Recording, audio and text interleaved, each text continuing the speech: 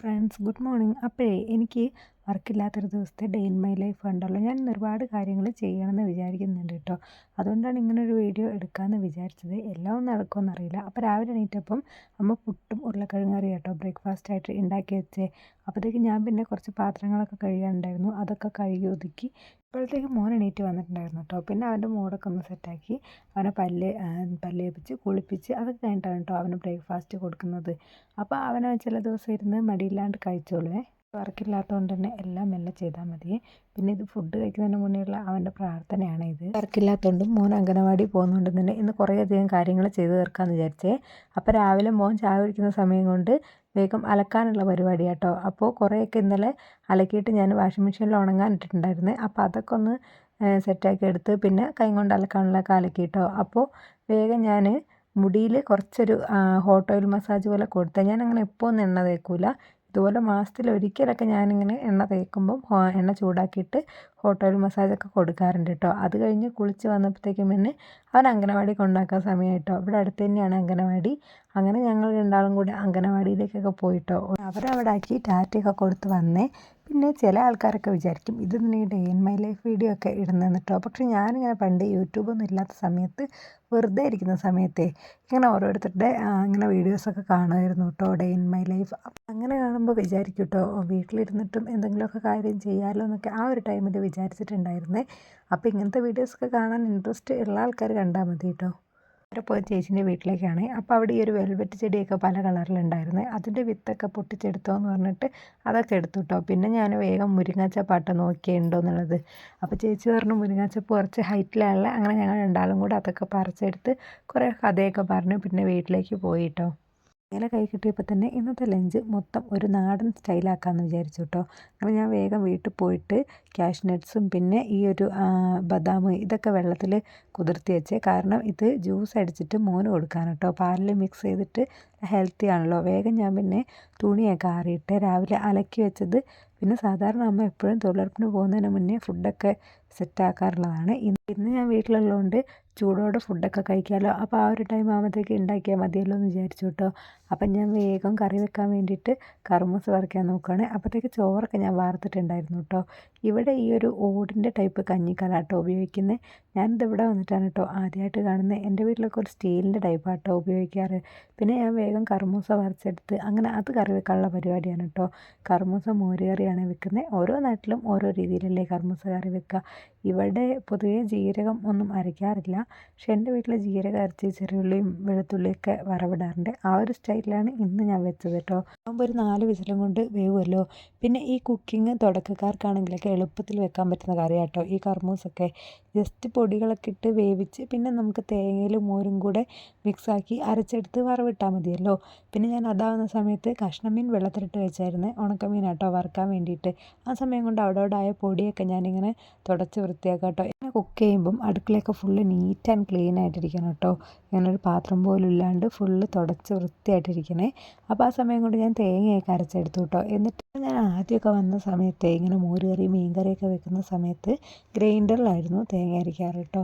പക്ഷേ ഇപ്പം ഞങ്ങൾ അധികം മിക്സി തന്നെയാണ് അരയ്ക്കാറ്. അപ്പോൾ അമ്മ പറഞ്ഞൊരു ഐഡിയ ആണ്, ഈ മിക്സിയിൽ നമ്മൾ തൈരോ മോരോ കൂട്ടി അരയ്ക്കുമ്പോൾ വേഗം തേങ്ങ അരഞ്ഞ് കിട്ടും കേട്ടോ മോരുകറിക്കൊക്കെ. അപ്പോൾ ഞാനിപ്പോൾ എപ്പോഴും അങ്ങനെയാണ് അരച്ചെടുക്കാറ്. അങ്ങനെ തേങ്ങയൊക്കെ അരച്ചതിലേക്ക് ഒഴിച്ച് നല്ലപോലെ തിളപ്പിച്ചെടുത്തു കേട്ടോ. അല്ലെങ്കിൽ കറി പോയി പോകാൻ സാധ്യതയുണ്ട്. എന്നിട്ട് അതിലേക്ക് വറവും കൂടെ ഇട്ട് സെറ്റാക്കി എടുത്തേ. ഞാൻ കയ്യോടെ കറി രാത്രിത്തേക്കും ഉച്ചക്കത്തേക്കൊക്കെ മാറ്റി വെച്ചാൽ കുക്കർ കയ്യോടെ കഴുകി വെച്ചു കേട്ടോ. പിന്നെ ഞാൻ പപ്പടം കൂടെ വറുത്തെടുത്തേ.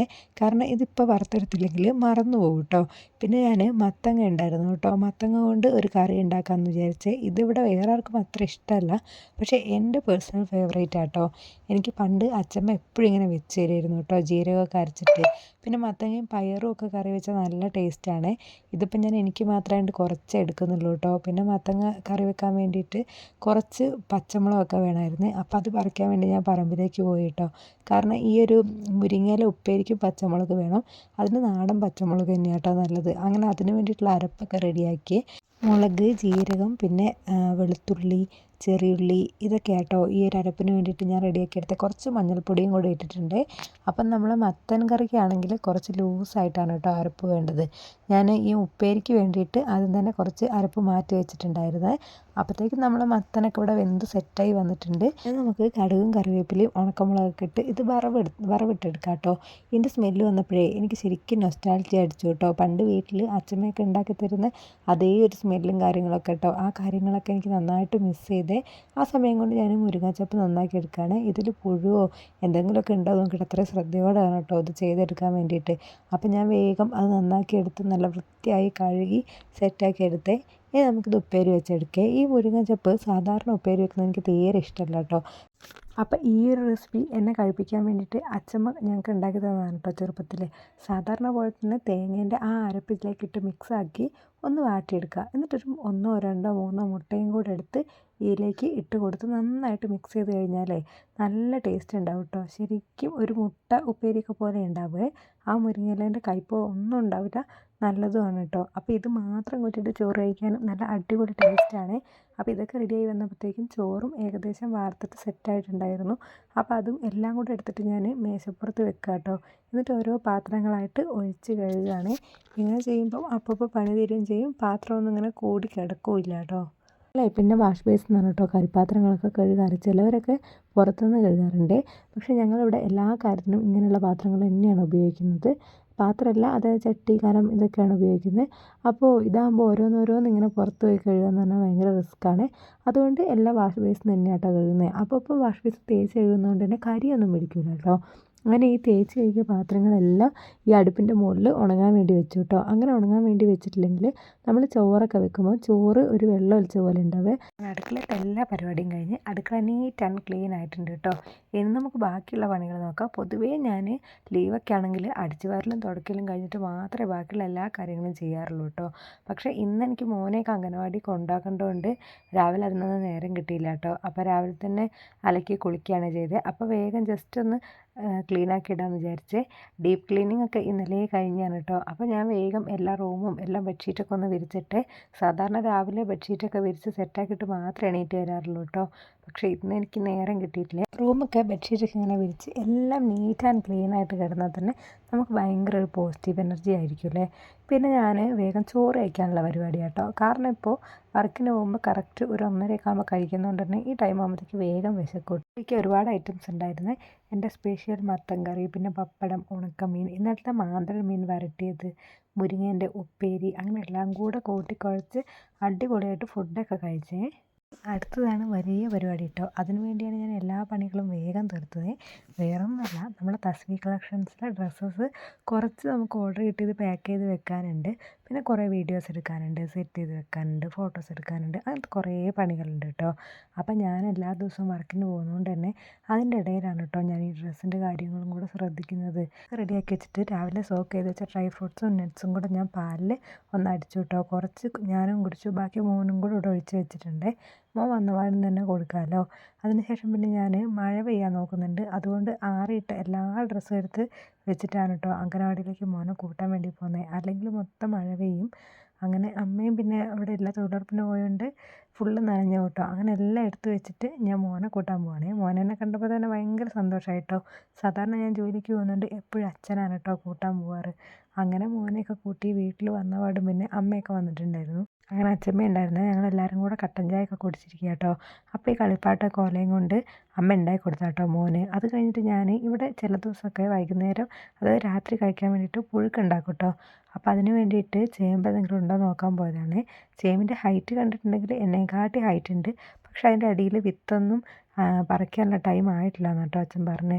അപ്പോൾ അതുകൊണ്ട് തന്നെ ഞാൻ വെറുതെ പറമ്പിൽ കൂടെയൊക്കെ കുറേ ചുറ്റി നടന്ന് കുറേ ചെടികളൊക്കെ നോക്കി ഇങ്ങോട്ട് തന്നെ വന്നേ. അപ്പോൾ ആ സമയം കൊണ്ട് അച്ഛൻ ടൗണിൽ പോയിട്ടുണ്ടായിരുന്നു. ചേമ്പില്ലാത്തതുകൊണ്ട് തന്നെ ചേമ്പും കപ്പയും വാങ്ങിക്കൊണ്ടുവന്നു കേട്ടോ. അപ്പോൾ ചേമ്പ് ഇവിടെ അധികം പന്നിയൊക്കെ കൊണ്ടുപോകും കേട്ടോ. അപ്പോൾ അതിന് മുന്നേ നമ്മൾ കിളയ്ക്കുമ്പോഴത്തേക്കാണെങ്കിലും മൂത്തിട്ടും ഉണ്ടാവില്ലേ. അങ്ങനെ ഞാൻ വേഗം ചേമ്പും കപ്പയൊക്കെ പുഴുങ്ങാനുള്ള പരിപാടിയാണ്. അമ്മ തൊഴിലുറപ്പ് കഴിഞ്ഞ് വന്നിട്ടുള്ള അലക്കലിലും കുളിയിലും ഒക്കെയാണ് കേട്ടോ. അപ്പോൾ എനിക്ക് ഈ പുഴുക്കൊക്കെ ഭയങ്കര ഇഷ്ടമാണ്. പ്രത്യേകിച്ച് ചേമ്പ്, കപ്പ അതൊക്കെ എനിക്ക് ഭയങ്കര ഇഷ്ടമാണ് കേട്ടോ. അതൊക്കെ നന്നാക്കിയിട്ട് ഞാൻ വേഗം ഇത് കുക്കറിൽ വെക്കുന്നത് വേഗം വേവാൻ വേണ്ടിയിട്ടാണ് കേട്ടോ. ആ സമയം കൊണ്ട് അച്ഛൻ മത്തി കൊണ്ടുവന്നിട്ടുണ്ടായിരുന്നു കേട്ടോ. ചെറിയ മത്തിയാണ്. അതും കൂടെ ഇങ്ങ് മുറിച്ചെടുക്കാമെന്ന് വിചാരിച്ച്. അങ്ങനെയാണ് നമുക്ക് കപ്പക്ക് കറിയും വെക്കാം. പിന്നെ നാളത്തേക്ക് ആണെങ്കിൽ വർക്കിന് പോകുന്നതുകൊണ്ട് തന്നെ നമുക്ക് എളുപ്പമാണല്ലോ ഉണ്ടാക്കിയെടുക്കാൻ. അപ്പോൾ വേഗം അതും കൂടെ മുറിച്ച് ഫ്രിഡ്ജിൽ വെക്കാമെന്ന് വിചാരിച്ച്. പിന്നെ ഞാൻ മീൻകറി സിമ്പിളായിട്ടാണ് ഉണ്ടാക്കുന്നത്. എല്ലാ ഉള്ളിയും തക്കാളിയും എല്ലാം അതിൽ മുറിച്ചിട്ട് കുറച്ച് മുളക് പൊടി, പുളി, ഇടയ്ക്ക് തക്കാളി അരച്ചിട്ടൊക്കെ ഉണ്ടാക്കാറുണ്ട്. അങ്ങനെ എല്ലാം കൂടെ ഇട്ട് മിക്സ് ആക്കിയിട്ട് ഒരു തട്ടിക്കൂട്ട് മീൻകറി റെഡിയാക്കി എടുത്തു, കപ്പയും റെഡിയാക്കി എടുത്തു കേട്ടോ. ഇതിൽ ചെറിയൊരു അബദ്ധം എനിക്ക് പറ്റിയിട്ടുണ്ട് കേട്ടോ. കാരണം ഞാനിന്ന് ഫോണിൽ സ്പേസ് ഇല്ലാണ്ടായപ്പോഴേ ഡിലീറ്റ് ആക്കിയ കൂട്ടത്തിൽ ആ മീൻ കറീൻ്റെ കപ്പേൻ്റെയൊക്കെ വീഡിയോ ഡിലീറ്റ് ആയി പോയിട്ടോ. ഇതെന്തായാലും ലോങ് വീഡിയോ ആയിട്ട് എടുത്ത് വെച്ചുകൊണ്ട് പിന്നെ ആഡ് ചെയ്യാതിരിക്കാനും പറ്റില്ല. അങ്ങനെ ഞാനുള്ള വീഡിയോ വെച്ചിട്ട് അഡ്ജസ്റ്റ് ചെയ്തതാണ്. ഞാൻ വേഗം ഒരു ഹെയർ മാസ്ക് ആട്ടോ ചെയ്തത്. ഒരു പ്രോട്ടീൻ ട്രീറ്റ്മെൻ്റ് ആണ്. ചോറും പിന്നെ കുറച്ച് തൈരും അതിലേക്ക് ഓയിലും കൂടെ ഒഴിച്ചിട്ട് അത് ഞാൻ മുടിയിൽ സ്കാൽപ്പോട്ട് നന്നായിട്ട് അപ്ലൈ ചെയ്ത് കൊടുക്കുകയാണ്. അതും അപ്ലൈ ചെയ്ത് ഞാൻ എൻ്റെ പണി എടുക്കുകയാണെങ്കിൽ അതവിടെ കിടന്നോളും ചെയ്യും, എൻ്റെ പണിയും കഴിയും കേട്ടോ. അത് പിന്നെ ഞാൻ എൻ്റെ ഫേസിൽ ഞാൻ ഒരു പപ്പായേൻ്റെ ഒരു ഫേസ് പാക്ക് പോലെ ഉണ്ടാക്കി വെച്ചിട്ടുണ്ടായിരുന്നു. പക്ഷെ അത് വല്ലാണ്ട് ഡ്രൈ ആയിപ്പോയി. അപ്പോൾ അതെടുത്തിട്ട് ഞാൻ അപ്ലൈ ചെയ്യുകയാണ്. നമുക്ക് നല്ലതാണ് കേട്ടോ. പപ്പായ ഫേസിൽ ടാൻ റിമൂവ് ചെയ്യാനും ഫേസ് എല്ലാം ഹൈഡ്രേറ്റ് ആയിട്ടിരിക്കാനൊക്കെ നല്ലതാണ്. അങ്ങനെ ഇതൊക്കെ അപ്ലൈ ചെയ്ത് ഞാൻ എൻ്റെ ബാക്കി ക്ലീനിങ് പരിപാടികളൊക്കെ ചെയ്യാൻ കേട്ടോ. ഇതൊക്കെ കഴിഞ്ഞിട്ട് വേണം കുളിക്കാൻ. ഏകദേശം സന്ധ്യ ആയി വരുന്നുണ്ട് കേട്ടോ. അപ്പോഴത്തേക്കും ഇപ്പോൾ പെട്ടെന്ന് ഇരുട്ടാവുമല്ലോ. അപ്പോഴത്തേക്കും ഞാൻ ഇതൊക്കെ നന്നായിട്ട് കഴുകി കളഞ്ഞു. മുടിക്കൊക്കെ നല്ല റിസൾട്ട് കിട്ടിയിട്ടുണ്ടായിരുന്നു. നല്ല സ്മൂത്തായി വന്നിട്ടുണ്ടായിരുന്നു കേട്ടോ. ഫേസും അങ്ങനെ തന്നെയായിരുന്നു. അപ്പോഴത്തേക്കും അമ്മ വിളക്കൊക്കെ വെച്ച് കഴിഞ്ഞിട്ടുണ്ടായിരുന്നു. അങ്ങനെ പ്രാർത്ഥനയൊക്കെ കഴിഞ്ഞു കേട്ടോ. അതിനുശേഷം പിന്നെ ഞങ്ങൾ ചായയൊക്കെ കുടിച്ച് ആ വീഡിയോ ഒക്കെ ഡിലീറ്റ് ആയി പോയിട്ടോ. പിന്നെ രാത്രി ഹസ്ബൻഡ് ചിക്കൻ കൊണ്ടുവന്നിട്ടുണ്ടായിരുന്നു. ഇത് ഞാൻ പറഞ്ഞാണ്, വേറൊന്നുമല്ല. ചില ദിവസങ്ങളിൽ ഞാൻ ബ്രേക്ക്ഫാസ്റ്റ് എളുപ്പപ്പണി ആക്കാമെന്ന് വിചാരിക്കുന്ന ദിവസങ്ങളിൽ ചിക്കൻ വാങ്ങാൻ പറയാറുണ്ട്. അതാകുമ്പോൾ ചിക്കൻ രാത്രി കറി വെച്ചിട്ടുണ്ടെങ്കിൽ നമുക്ക് പിറ്റേന്നത്തേക്ക് പിന്നെ വേറൊന്നും വെക്കേണ്ട ആവശ്യമില്ല. അത് മാത്രമല്ല, ഞാൻ പിറ്റേന്നത്തേക്ക് കുഞ്ഞിപ്പത്തിൽ സെറ്റാക്കാമെന്ന് വിചാരിച്ചേ. അതാകുമ്പോൾ രണ്ടും കൂടെ മിക്സാക്കി കഴിച്ചാൽ മതി. ഇന്ന് എല്ലാം കുഴച്ചുരുട്ടി വേവിച്ച് വെച്ച് കഴിഞ്ഞാൽ നാളെ പിന്നെ രാവിലെ ഒരു പണിയുമില്ല കേട്ടോ. ഇത് മിക്സാക്കുന്ന പണിയില്ലാണ്ട് അത് ഉരുട്ടി കുഴയ്ക്കുന്ന കുറച്ച് വലിയ പണിയാണ്. അങ്ങനെ ഞാനും അമ്മയും കൂടെ ഇരുന്ന് കഥയൊക്കെ പറഞ്ഞ് എല്ലാം ഉരുട്ടി വേവിച്ച് വെച്ചു കേട്ടോ. അപ്പോൾ ഇതൊക്കെ കേട്ടോ ഇന്നത്തെ ഞങ്ങളെ വിശേഷം. ഇന്ന് കുഞ്ഞിപ്പത്തിൽ കഴിക്കുമ്പോഴുള്ള വീഡിയോ ആണ്. അപ്പോൾ വീഡിയോ ഇഷ്ടപ്പെട്ടാൽ ലൈക്കും കമൻറ്റും സബ്സ്ക്രൈബും ചെയ്യണേ.